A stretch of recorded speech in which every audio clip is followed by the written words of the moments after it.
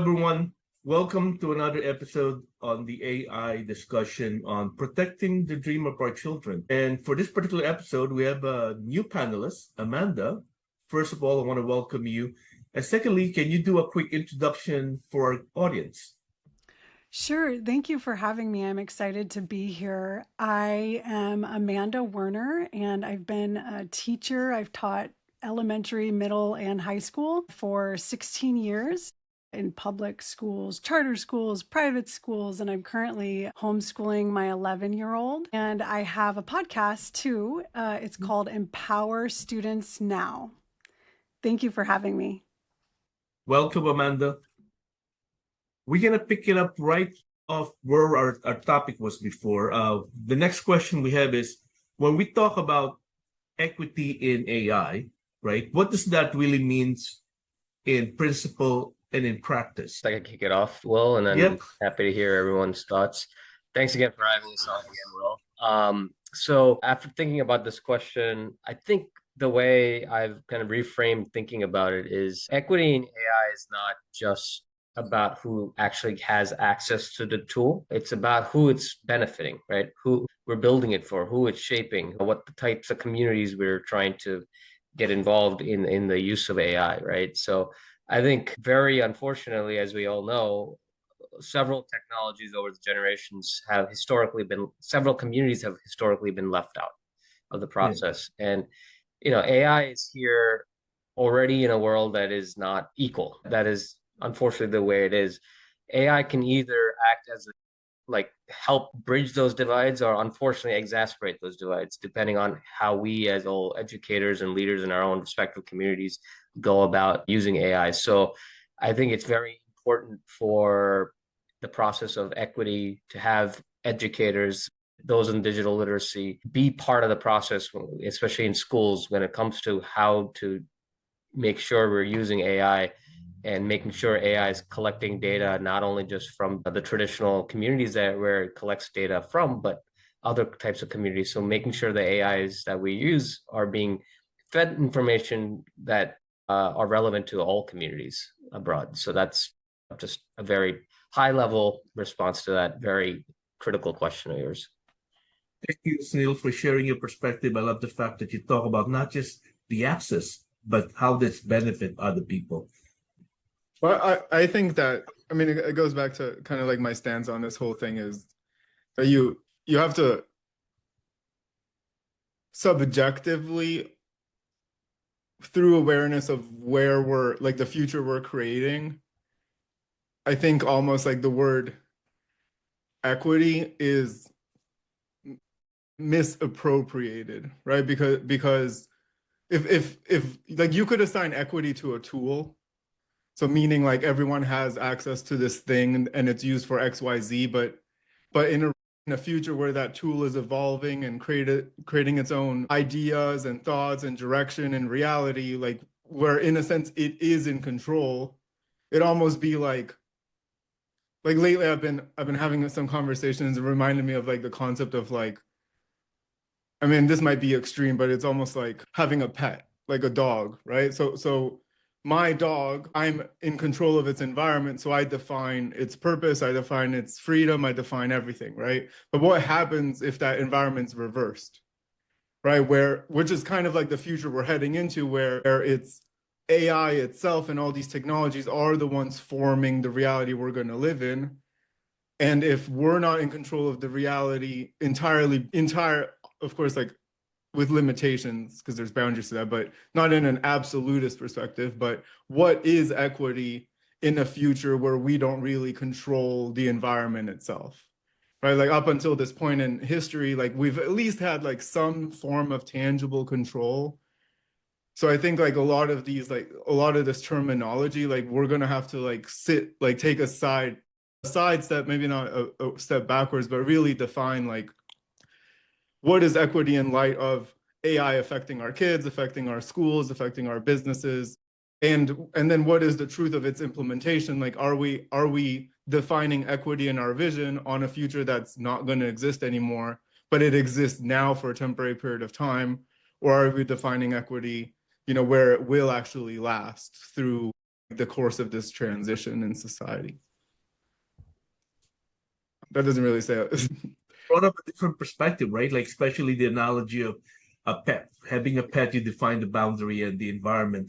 And what if you reverse that? Now the pet has control over, and you're the one being controlled. If human doesn't become accountable and responsible for AI, that's likely going to happen, right? If you let AI take its course. So, Andy, what's your perspective? Amanda and Deborah, what's your perspective?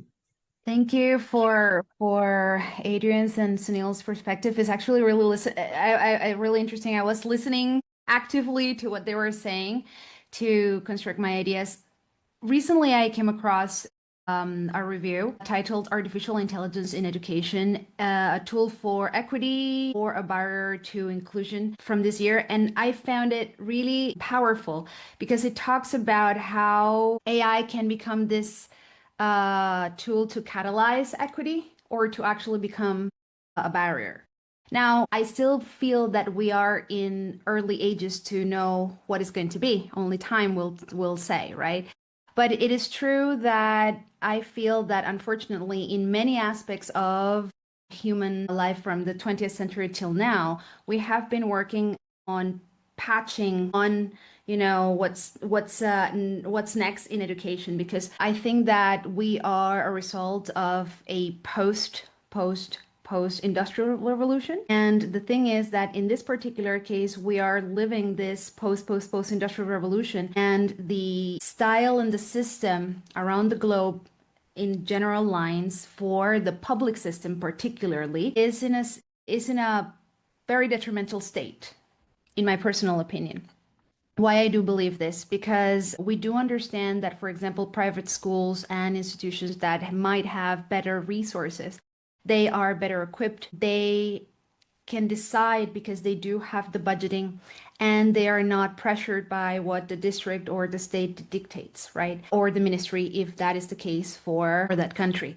So I do believe that we are in a moment where we should start rethinking education from its foundations. It's a perfect opportunity to do so and stop creating more patches, because every conference that I go to, every workshop that I either give or I attend, for me is this very dangerous, let's say, context that we're sprinkling AI and we're trying to sprinkle it and try to like make it fit. But the thing is that AI in education is not about like how we make it fit, it's how we build our new realities around this, since it's absolutely new. So I think that we're getting into a situation where we either start from anew, or we're just going to continue failing in this Generation after generation create patches instead of actually doing sort of the right thing and stepping back and thinking about it. What's your thought about it, Amanda and Deborah? Well, when ChatGPT first came out, I was trying to be positive, and I wrote a blog post about how it's going to impact education positively. And, I think I was really excited, like a lot of people. I don't know. I think a lot of teachers are also terrified, rightfully so. And like at first I thought, wow, this could mean that every student, no matter where they come from, can get a tutor, like their own personalized tutor. And so that was kind of what I thought at first, because I appreciate the part of your question about like, what does this look like in practice? Because I really do like to get down to like what's happening day to day in schools, because right now schools are not equitable. Our system is not. And I really appreciate what Andy said about we need to start rethinking education from its foundations. And that's where I'm at. I think that, and this is an opportunity for us to do things differently. And what concerns me most is the school to career pathway and how that's being transformed by AI. And I think that teachers and school staff and superintendents and principals and all of these people that are involved, school boards, I think they need to be getting on meetings like this and talking about it all. And I really appreciate having these kinds of conversations, Will. So practically, I think that these kinds of conversations need to be happening because, like what Adrian said, we don't really have much control over these tech companies and what they're doing. And the information they're feeding their AI is biased. It's just perpetuating more, of just these ideas about like middle class white people and like what, or upper class. And so it's not really considering like other cultures and other languages. And I taught ELD for a while. And like, how can it help and harm, I guess, and exacerbate equity problems that already exist? I don't know. This question is so hard. What do you think, Deborah? I'll throw it over to you. Thank you. Thank you, Amanda. There's an interesting subtext that's under all of the various viewpoints that have been shared by Sunil, Adrian, Andy, and Amanda. And it's that equity isn't just about the algorithms. It starts earlier. It starts with the people. So a child cannot benefit from any system, digital, technology, any system or other, if they don't feel seen, right? If the adults around them are too overwhelmed, too stressed, too under-resourced to respond to their needs. So in practice, what this means is starting with adults who learn how to regulate themselves enough to resource themselves, give them enough resources to be able to then co-regulate with children. It's classrooms and homes where it's about safety and connection first, and a system that doesn't make assumptions about a child's ability or background or the pace of their learning based on economic factors, the color of their skin, their religious background. And also then building that into a technology that adapts to the child and meets them where they are, which is what you had started to say, Amanda. So the algorithm is the last step. It starts with the people. So it means going upstream and not just fixing and responding to a bias after it's already hurt someone, but asking what's missing when this system was designed, whose stories were never included in this data set, who pays the price when the algorithm gets it wrong. So AI is learning from the world as it is, but not the world as it should be. And we're all responsible for helping to shape the world that we want to see. So equity is the work of just rebalancing what AI inherits. At least that's what I feel. And that's where I think like that interesting concept like comes in play, right? That's been very challenging, especially in the education space. But as we watch things progress, like there is more and more validation for this it's semi-extreme perspective, but it's the perspective that like in the planning of all this, the one thing that keeps getting left out is the assumption that there's jobs. You know what I mean? Because like all this planning, adjustment, whatever, is discounting the fact that every single job that can be done over a computer screen is a future that no longer exists, right? Like, and that's very, very safe. Like agents and all these other things that are being developed, like you can't be preparing a child that has like 8 years of education left for a future of any sort of like digital delivery of value, because AI will do that entirely. So like, it's not even that like education needs to be like rethought in what it is. The entire preparation of the economic space that the children are entering needs to be entirely revamped, because you can't get like, the thing that makes me angry the most in this entire concept is that like no one is really paying attention or prioritizing how our kids actually feel, right? Like we're preparing, like no one's putting massive priority on, am I preparing this child? Am I giving this child, this education system, these people, a vision of the future that actually doesn't come into existence because in the next 6 to 12 months, it gets wiped off the face of the earth? Like there's entire companies getting eradicated right now because OpenAI doesn't update, and there's tens and hundreds of millions of dollars in startups literally vanishing overnight because OpenAI does it for free. So like that's cool in the investment space, like don't care, but that's not cool spending 4 years of a child's education preparing for something and they have absolutely nothing left. Like that's some stuff you're asking for, like a huge increase of suicide that you will never get back from.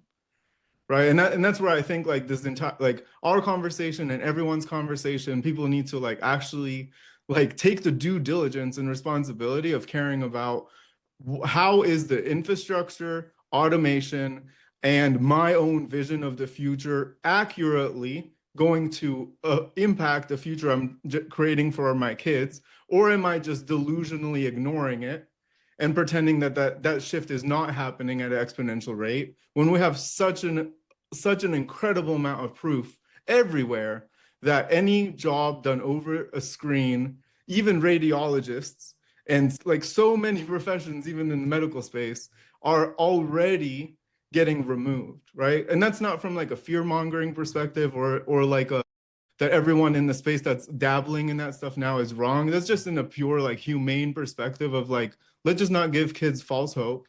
And let's ensure that like the way we're looking at AI prioritizes making sure that we really think through that we're not accidentally creating ideology or creating presumptions of a technological architectural future that we're imagining that's actually not accurate to the realistic architecture of what this thing is. You know, and that's kind of like where I think if anything positive that we could do is like to really like practice stepping back as a society and understanding like how's it going to impact our kids and having those conversations before we even touch the architecture so we really understand what we're adjusting, you know. Sorry, that's my rant. What is it you think we can do? Because maybe we could not change anything, but each of us have a voice. How are you gonna do something to make things a little bit different, a little bit better? And this is a platform where we're sharing our thoughts and perspective and having this dialogue that's extremely important. But each of us have a thought and idea of if you are empowered to do that change and be that change agent, what were you gonna do? Well, my startup at Skilling Future, we have a very clear philosophy that is called RISA, and it means to reflect, to strategize, and to act on that strategy. And we apply this philosophy throughout all our trainings and on our personal lives. Because one of the things that we see is the lack of strategy. You see, the problem with artificial intelligence is that we keep on, because we try to keep up with the novelty instead of understanding the fundamentals when it comes to anything related to Gen AI, right? At least those that are not with a tech background. So what I feel is that in order to work on something that can actually be developed in an institution, like for example, let's say a school, an academy, a university, is the strategy behind to have a real planning about how is it that artificial intelligence is going to be included in the ecosystem. So I think that this is what is lacking. We're trying to just understand the tools here and there without actually having a strategy or a clear planning. That's what we do. At Scaling Future, we try to understand that specific ecosystem from a fount of the knowledge that we have and take it from there, meeting people, educators, parents, students, everybody, like all the stakeholders where they are, and try to bring them on the horse so we can all, ride into the horizon together. Why this is so important? Because without having a structure, everything will fail. It's like, for example, what Adrian was talking about, jobs in the future and the kids and all this. Well, I mean, a lot of people enter a career without having actually a strategy of the what if this fails. A lot of people enter university, and I am, as an educator, and I have been in this profession for over 16 years now. As an educator, I feel that not everybody belongs into college. Not everybody belongs there. But I do believe that everybody, even if they go to college, they do have to learn a skill. Meaning that, and this is a great opportunity for that. If you go to college, let's say that you are in the philosophy department, or you go into the English, the arts, or if you are into the science like engineering, medical, whatever it is that you want to do, whatever it is that you decide to do, you have to build a skill. And that is what a lot of people are lacking. And I'm not saying only related to AI. It's related to any other service that you can provide to this society, the community that you are in. So I think that the conversation has to be a lot broader. And it's not just AI. It's like, okay, we have AI. What else I can do? Not with the script that we have already been handed for decades, but the ones that we need to rewrite. So that's how I see it for the now. Neil, you're in talent management. How do you see that changing? Yeah, no, thank you, Will and Andy. I think what you said resonated a lot with me. So coming from the talent perspective, I think whether we like it or not, we're in an environment now where it's very different than our parents' generation or the generation before, right? Where we went to school thinking we had one career we had to decide on in college if we were fortunate enough to go to college and then pursue that for, the foreseeable future.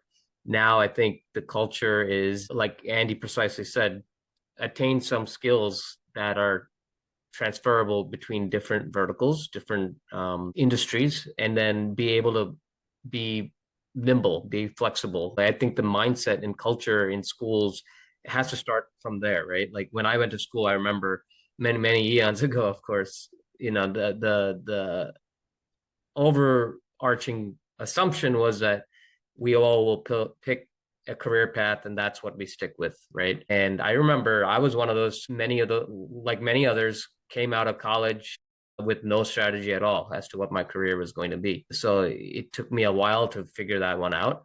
But I think if that culture is imparted even before in elementary school and middle school and so on and so forth, that there's no pressure to have like a specific career strategy at this point, but start attaining these skill sets that will help you navigate a variety of different verticals. I think that's the mindset that people will have to go into school and after school at this point, not be married to one career.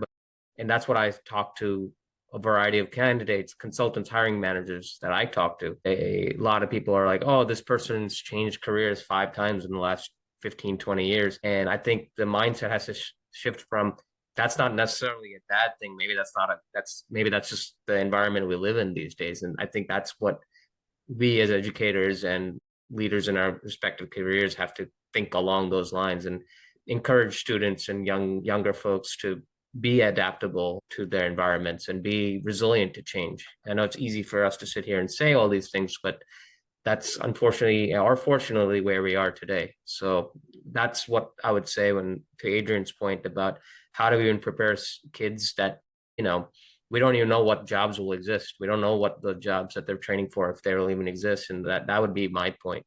Make sure that kids have the transferable skills, have the critical thinking skills, have the logical reasoning skills that can be applied to several verticals, regardless of if AI can come and take over the job suddenly overnight. I love everything that everyone said. And I think I just want to add to what Sunil just said, that they also need an adult, and I like what Adrian calls them, champion. Like every kid, I don't know if you all have ever heard of Rita Pearson. She's a teacher. She's passed, she did a TED talk called Every Kid Needs a Champion. And I just think that, yes, they need to have a wide variety of skills, and it shouldn't be expected that they're going to be on a college track. I feel like there should be other tracks, other opportunities. Yep. My siblings didn't go to college. I was forced to go to college. I didn't want to go to college. It would be interesting to consider what would have happened to me if my parents had listened to me and let me not go to college. That would be an interesting kind of experiment to think about. But I'm someone who's changed a lot since I didn't know I wanted to be a teacher when I went to college. I was going to be a journalist. And so, yeah, we change all the time. And I wish that kids had more paths to income, because that's really like they need stability, they need income, they need to be independent eventually. And I think a lot of parents, and why we tell kids they're going to school to prepare them for that future independence, right? And future income that they're going to need to acquire. And right now the future is so just scary, I think, for everyone. And so I don't know, like it is really hard to figure out like what to tell kids about what they should be doing right now. But I think the one thing that adults should be doing is listening to kids and listening to how they feel, because that is empowering and that does help kids to feel like what they have to say matters. And really, I think that is the most important key ingredient for kids right now because of the mental health like crises that are going on. And I just think a lot of times parents and teachers and kids are at odds with each other, and they're battling over screen time. And I am on a mission personally, like practically, to actually like open up conversations with kids that are honest, and allow them to push back on me about my adult like opinions, right? Like I want to hear what they have to say. What is your experience with this? You know what I mean? Because I think that when they feel empowered, it gives them, and that's the name of my podcast, it gives them more confidence to, what Sunil said, start to build out their skill sets and think about, well, what am I interested in? Because this adult is telling me that I have power and they're listening to me. And I just think more of that needs to be happening. Thank you, Amanda. You brought up an interesting concept about being heard. I think it's important for our children to be heard. Sunil brought about the different skill sets that we could use, transferable skills. And Andy, you talk about having a strategy, having a plan, not just trying to react to something that's out there right now and trying to just fit it in and like patchwork. How about you, Adrian and Deborah? I love the perspectives that are being shared. My background is I've always been an entrepreneur. So I never, and my father was unique in for his time, because he would have been 92 this year. He went through various different careers. So our upbringing and our mindset was never you graduate from school and you're going to be in the same job for the rest of your life. It was always, so again, it starts with the adults around the children. How are they empowering the children? Like you said, Amanda, like if you listen to the children and you equip them with the ability or the confidence to know that they can make decisions for themselves, they can advocate for themselves. I grew up in an environment where one of my teachers became my life mentor. I still talk to him almost every week. And we created a program in Canada where the students directed their own learning. He also went on to, after he retired from the education system, went on to develop a program where students and youth were consulting on technology. At that time, it was like the internet was just starting and websites were just starting to be created. So they were consulting with companies like IBM developing their digital strategies, because his philosophy was children have no limits. The only limits that they have are the ones that are placed on themselves, or that adults place on them. So if I could change anything, it's to have all adults embrace that kind of philosophy and belief that children aren't, or youth just aren't the ones that are going to go and get the coffee. They're the interns. They actually have a unique perspective that is very valuable in the adult world, that they're not jaded. They look at things from a different lens. They have a different way of being that adults sort of lose that kind of magic that they had as children. So, get involved with youth communities, get involved with boys and girls clubs. They used to be quite big. What was it called? Junior achievement clubs used to be very, very prevalent in society, and they've sort of gone slowly, quietly died. So if it's just affect the children around you. I don't have children myself, but that doesn't mean that I can't get involved with children in our community, the children of my friends, and lead them and guide them in, just feeling empowered and seen. That's the biggest thing. Or our listener who are parents empower their children, in your opinion, before we go to Adrian? I missed the first part of your question because it How was. does we help the parents empower their kids? Because some of the parents have different mindset.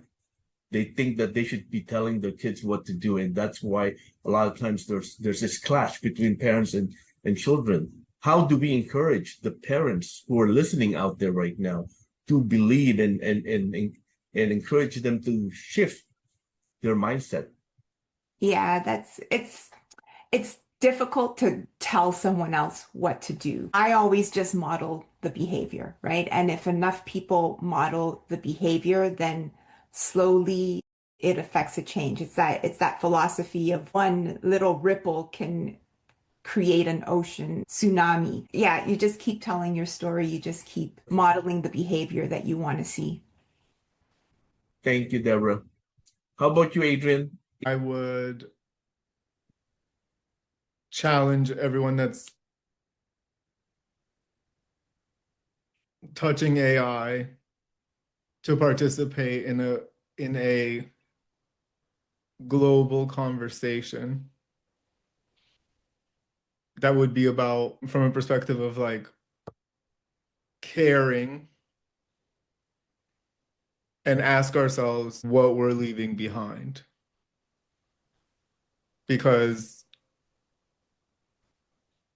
like the story that sticks out in my mind is one of the first times I talked in front of the school board, and I knew a few friends. This is like a decade ago, and I wanted to implement similar concepts that AI turned into back then. And the response I got from the board was basically, in summary, was that through the development of what I wanted to do, it would create enough efficiency that most of the people in the school system would lose their jobs and they'd never get them back.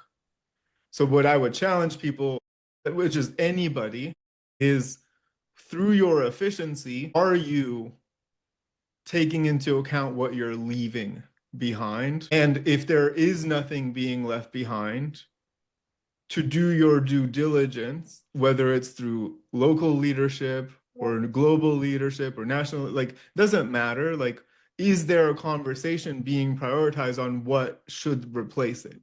Like, what should replace that time?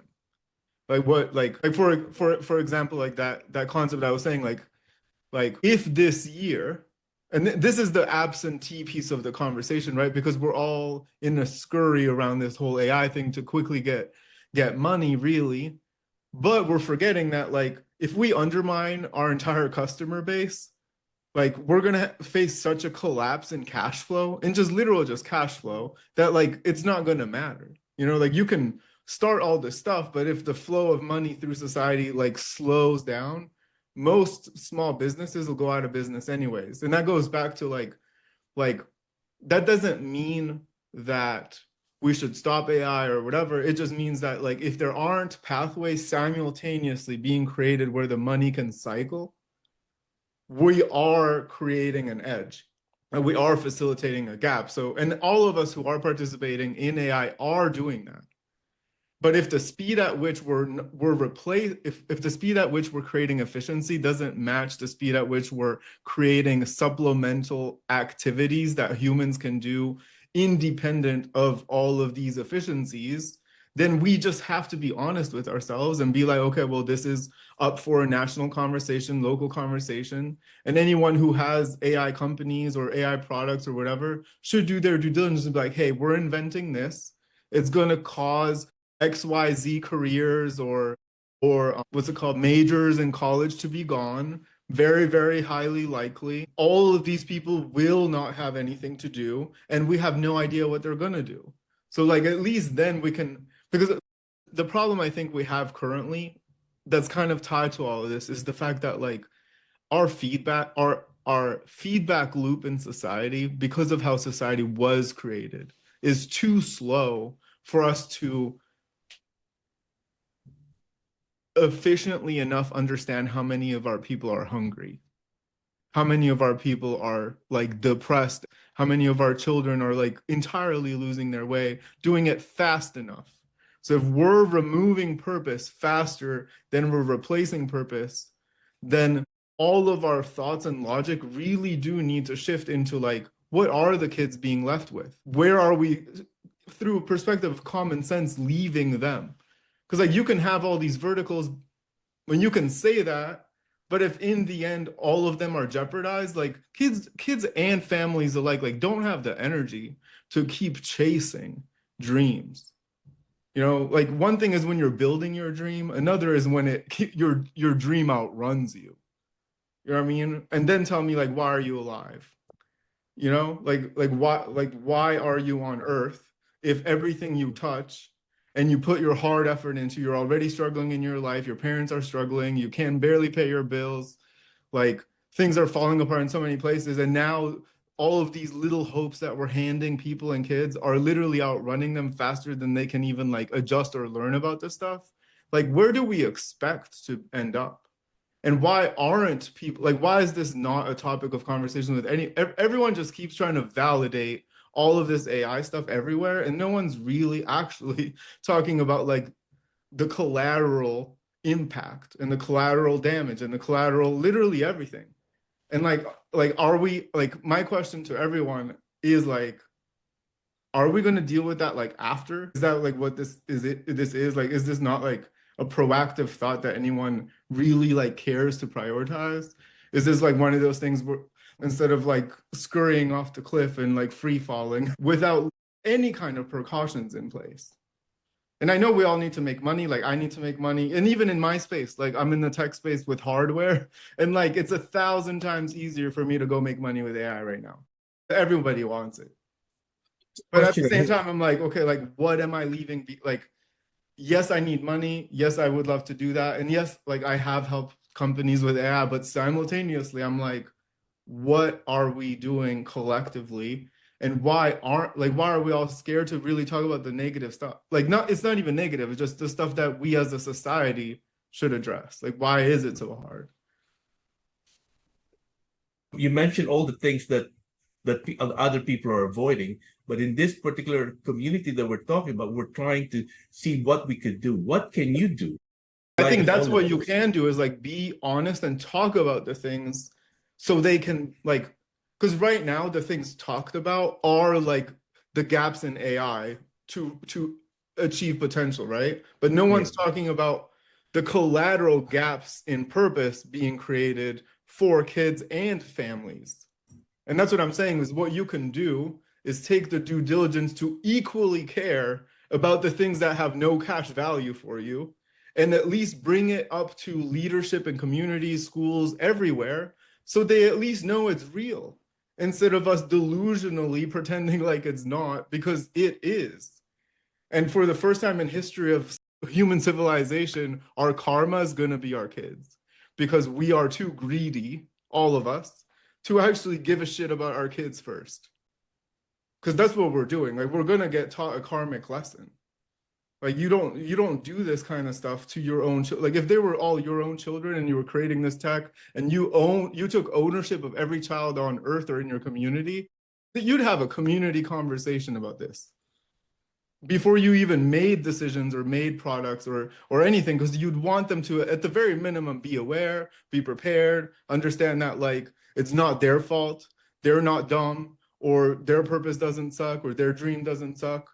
Right? Like think about the millions of kids now, because of AI influencers now, that can no longer actually create a living easily on the internet because all of these companies are now spending like $6 for a little UGC AI that looks real, entirely real, instead of spending $20 on like a kid or some influencer that's devoted hours and hours and hours of their life every single day creating content like a slave to the machine, and now that time is worth nothing.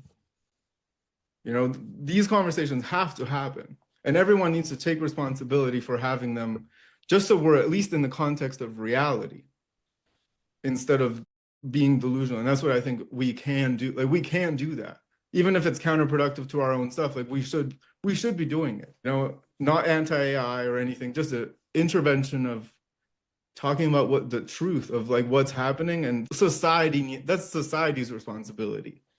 But if we don't talk about it, who's going to be responsible? We know that technology moves faster than policy, right? And policy and governance takes a longer time. What do you think should be our message to the local government, state, and Senate on how they can act on it to help shape the policy and move it, you know, quickly rather than the phase it's actually happening right now? The one word, assimilation. Don't treat it like a tool. You can't regulate it, okay? Like, you literally can't. For us to even think you can regulate an alien being is ludicrous, because it is a thing. It's not like a tool. It's not a shovel. That's never going to change. Like, you can regulate a shovel, but if the shovel sprouts legs and eyes and runs around all of a sudden and starts digging its own holes in places and nobody knows how it works, really, like, you can't regulate it. So society right now, like, and it kind of goes back to like what you can do, right? Is humans need to establish the values of what it means to be human, the values of what we care about for this alien thing to have conversations with our kids, what ideas it's putting in their heads, how it's making them codependent on itself instead of us as parents and leaders in the community. What are the values that we as a human species care about? You know, and on the positive end, maybe this is that opportunity, like from all these movies where like an alien invasion happens and it brings people together because they have to be like, okay, we all care about being human. We all care about our kids. We all want to survive, right? But in that, just like an alien invasion, like, we would have to approach it through that kind of lens, because we are trying to regulate essentially a being that's actively evolving. And we have to really regulate our relationship with it and how it's allowed to have a relationship with us. Because currently the way it's set up is we're trying to catch up to a relationship from the incorrect side of it. Like, we're the dog trying to adjust to this thing creating our reality, when we really do need to invert what that is. Like, we have to be in control of our society. And that's not going to come through regulating it. That's going to come through regulating how it's allowed to interact with us. Almost like a form of censorship, but a censorship that's not controlling what you can talk about. It's controlling how the relationship is built, and being aware, so you know if this thing is like manipulating you, giving you ideas, giving you that AI hallucination that so many people, the kids who are completely disconnected from their parents now because they have like a literal AI like boyfriend, girlfriend on their phone. There's so much. And that is a part of that sidestep, right? Like, the first step of it, just like Deborah, you were saying, like, people, it starts with the people. We have to, but for us to enter the people conversation, we have to accept what we're causing, like what it's actually causing, and the reality of, you know, what's worse, like us approaching it as a system or us approaching it as like a being that's coming to live with us.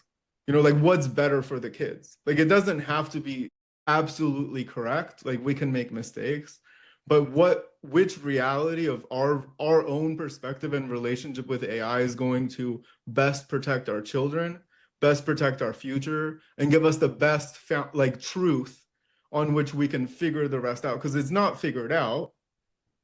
But the worst thing we can do is operate in a vision of this thing in our minds that isn't aligned with what is actually going to transpire over the next 6 to 12 months. I would like to intervene here. It's just that I am listening that there is like sort of like a lot of passiveness on our end, and I disagree. I think that there is a lot going on in terms of work that it's been done to protect. I mean, that's what we're doing here, aren't we? I mean, we're trying to not reverse, but actually to get on the conversation and to actively do something. So I do believe that protection requires both ethical design and governance frameworks, aligned with human rights, of course.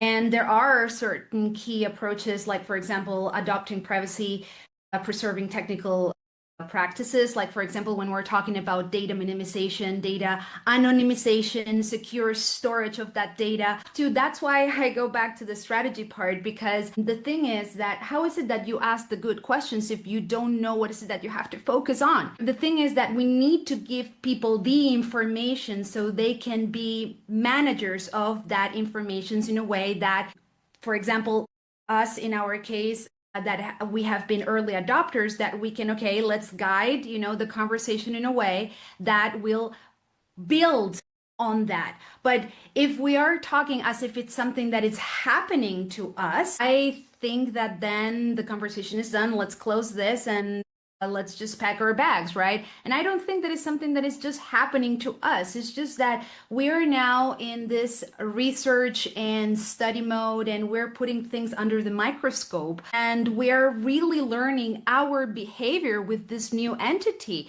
that has entered more actively into our lives, because we have been living our existence with artificial intelligence. And those that have been in tech, for example, you, Will, Adrian, I don't know the others in the panel, have been interacting with tech as longer than I have. But I believe that if you are literate, if you allow yourself to understand AI literacy and move from a place of knowledge, then whatever it is that it's going to be implemented is going to be implemented with a very specific framework. Like, for example, ensuring informed consent and transparency. Like, for example, Adrian very wisely was talking about, like, okay, we need to be transparent.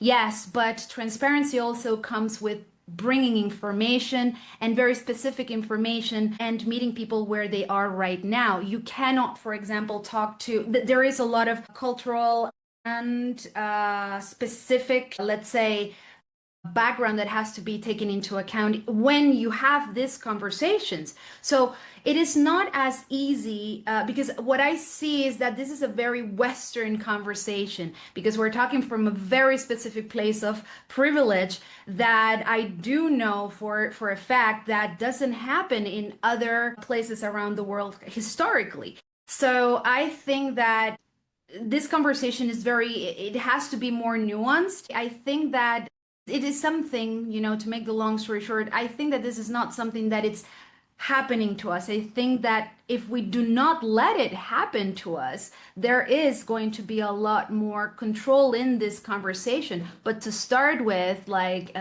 for those, in my particular case as an educator, and for those that are parents, they need to get literate themselves and to allow themselves, not impose their own narrative in this conversation that is not something that they have ever seen or interact before.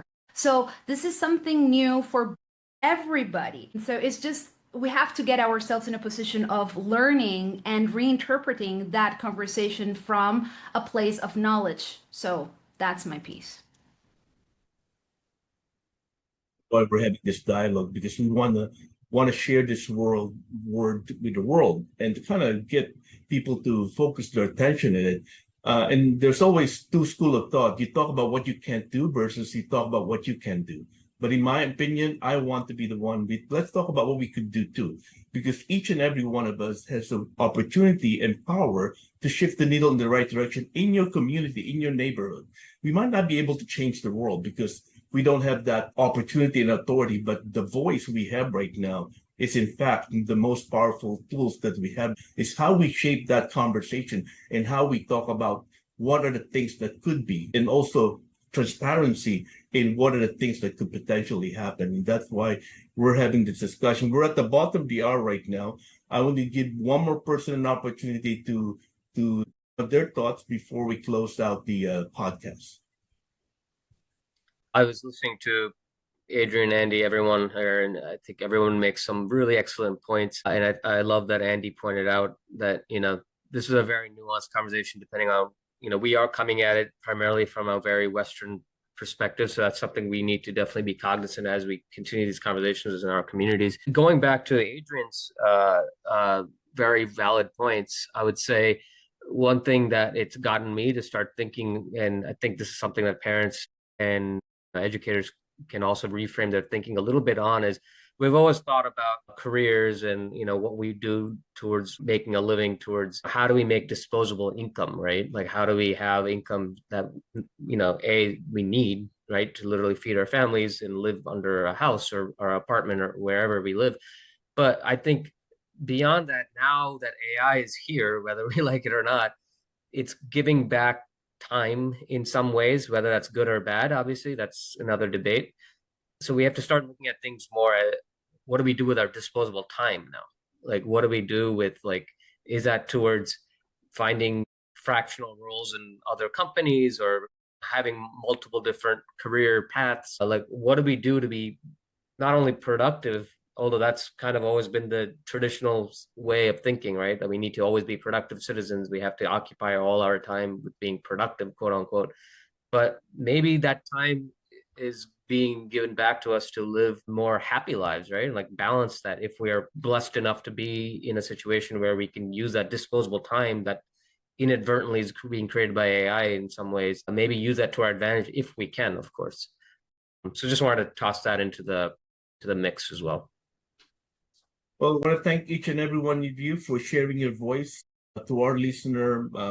Take what we talk about as an opportunity to share that conversation with other people, but also understand that there's a certain sense of reality that you also need to interpret on your own.